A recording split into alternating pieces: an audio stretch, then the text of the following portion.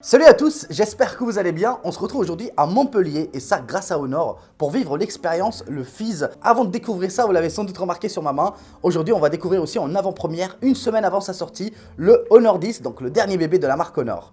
Allez, on y go.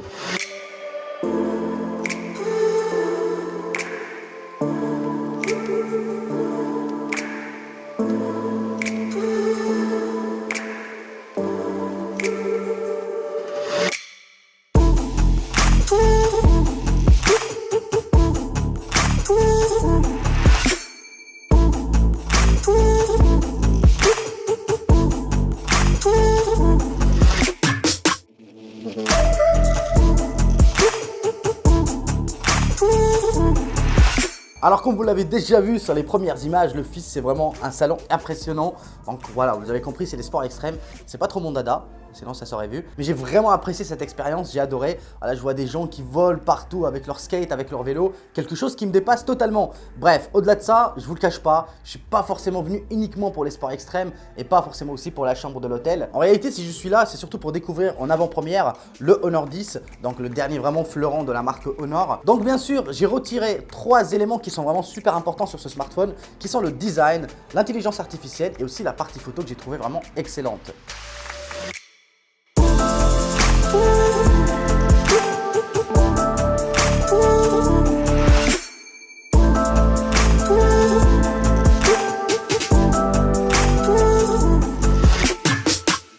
Et bien sûr, on va laisser l'appareil photo pour tout à l'heure. Là, on va parler surtout du design qui est vraiment très impressionnant. Alors, Honor m'a bien expliqué qu'à l'arrière, on a 15 couches de verre pour avoir un reflet aussi beau, un rendu aussi magique. Petite anecdote, il faut savoir que sur ce Honor 10, Honor a dû jeter en verre 1 sur 4 pour avoir un rendu aussi beau parce que c'était vraiment très compliqué à réaliser. Revenons au design. Encore une fois, je trouve que le design est plutôt très réussi. À l'avant, vous l'avez remarqué, on a un petit peu le petit frère du Huawei P20 Pro. Donc on a un smartphone quasi borderless avec en bas un lecteur d'empreinte digitale à l'ultrason. Pour ceux qui ne connaissent pas, c'est quoi le lecteur d'empreinte digitale à l'ultrason? Ça veut dire que vous allez pouvoir utiliser votre lecteur d'empreinte digitale même si vous avez les doigts mouillés ou sales. Parce que ça ne va pas forcément scanner la première peau, mais ça va vraiment scanner le fond de votre doigt. Voilà, si je ne me trompe pas, ça marche comme ça. Donc c'est vraiment très intéressant. Le design, je le trouve assez réussi. Et pour souligner ce design, Honor a opté pour un écran de 5,8 pouces en IPS. Donc on a une très belle dalle qui est très jolie. Voilà, vous avez sûrement vu sur les premiers plans.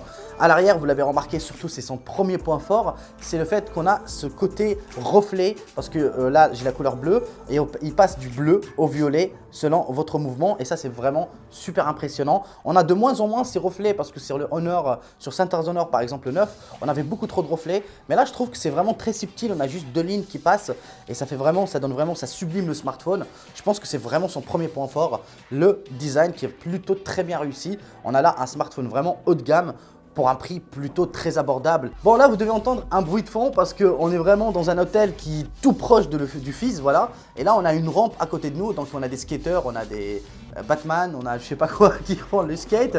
Bref, on sait jamais, si vous entendez beaucoup trop de bruit, bah on s'excuse, hein.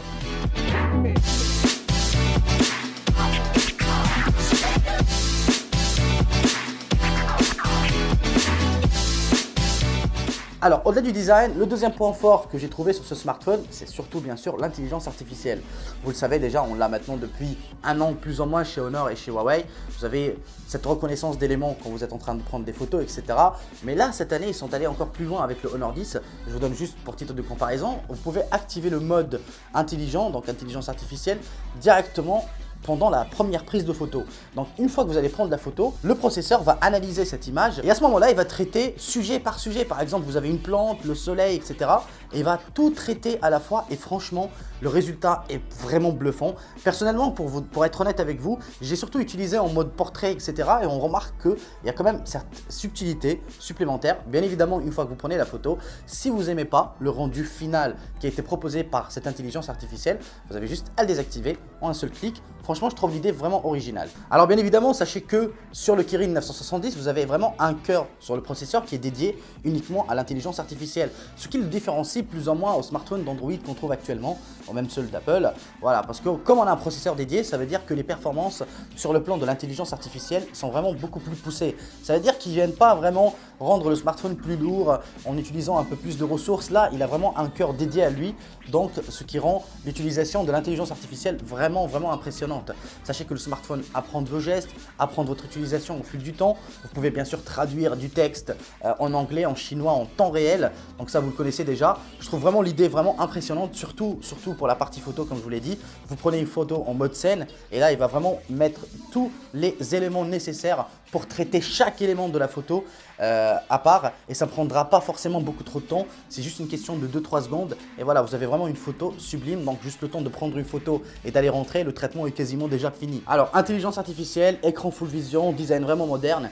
Le mieux maintenant, c'est qu'on a un bon appareil photo et comme vous l'avez vu à la première photo, franchement, il se débrouille plutôt bien. Certes, vous avez l'IA qui apporte vraiment un énorme plus à l'appareil photo. Cela dit, le double capteur à l'arrière se débrouille vraiment bien, mais vraiment très bien en photo. Et franchement, je trouve que le résultat est plutôt sympa. Vous avez aussi la possibilité de zoomer logiciellement, si je ne me trompe pas. Donc comme ça, vous pouvez faire des plans de portraits beaucoup plus serrés. Donc un peu à la façon d'Apple, voilà, pour avoir le minimum de déformation possible. Je trouve que le résultat est plutôt réussi, en tout cas pour la tranche de prix, parce que j'ai pas forcément le prix à vous divulguer pour l'instant. Il sera divulgué à Londres, mais on sera normalement entre 350 € et 450 €. Je pense que peut-être que ça sera même moins cher. Je suis pas vraiment sûr du prix et je préfère pas communiquer dessus, vu qu'on moi-même déjà on m'a pas communiqué dessus. Sachez bien sûr qu'on a toujours le Face ID, voilà, d'une façon vraiment fulgurante qui marche super bien, plein jour, plein soir. On a déjà fait le test et perso, j'ai pas vraiment de soucis sur ce plan. On a le lecteur d'empreinte digitale qui marche de feu. Le smartphone peut recharger de 0 à 50% en seulement 25 minutes. C'est juste impressionnant, c'est délirant. J'ai mis le smartphone en 10 minutes, j'avais gagné quasiment 20%. C'est impressionnant, je sais pas comment ils ont fait pour avoir une charge aussi rapide. Et franchement, en termes d'autonomie, il tue, il est mortel. On a une batterie de 3350 mAh si je ne me trompe pas. Alors bien évidemment, vous avez toujours la possibilité de l'utiliser avec ou sans encoche et avec ou sans tiroir d'application. Je trouve qu'il y a vraiment pas mal d'ouverture d'esprit chez Honor et chez Huawei aussi, qui grâce à cette surcouche peut faire plaisir vraiment à tout le monde. Juste pour anecdote, même si pour la première fois, je vais l'avouer, vous avez l'encoche. Si vous allez la cacher avec logiciel, sachez que l'écran est IPS. Ce qui veut dire bien sûr que malheureusement, vous aurez un peu noir plutôt gris. Vous n'aurez pas un noir profond comme sur les Huawei P20 par exemple. Donc ce qui est tout à fait normal. Alors à ce moment-là, moi personnellement, je vous conseille quand même de profiter du maximum de l'écran, étant donné que l'écran ne permet pas forcément d'avoir un noir infini. Bref, j'espère que cette vidéo vous a plu. N'hésitez surtout pas à me dire qu'est-ce que vous pensez-vous de ce Honor 10. Est-ce qu'il vous plaît ou pas? Est-ce que vous trouvez pas cher? Est-ce que vous trouvez intéressant? Est-ce que vous trouvez joli? Bien sûr, j'attends vos commentaires. On se dit à très vite, voilà, pour une nouvelle vidéo. Allez, adios!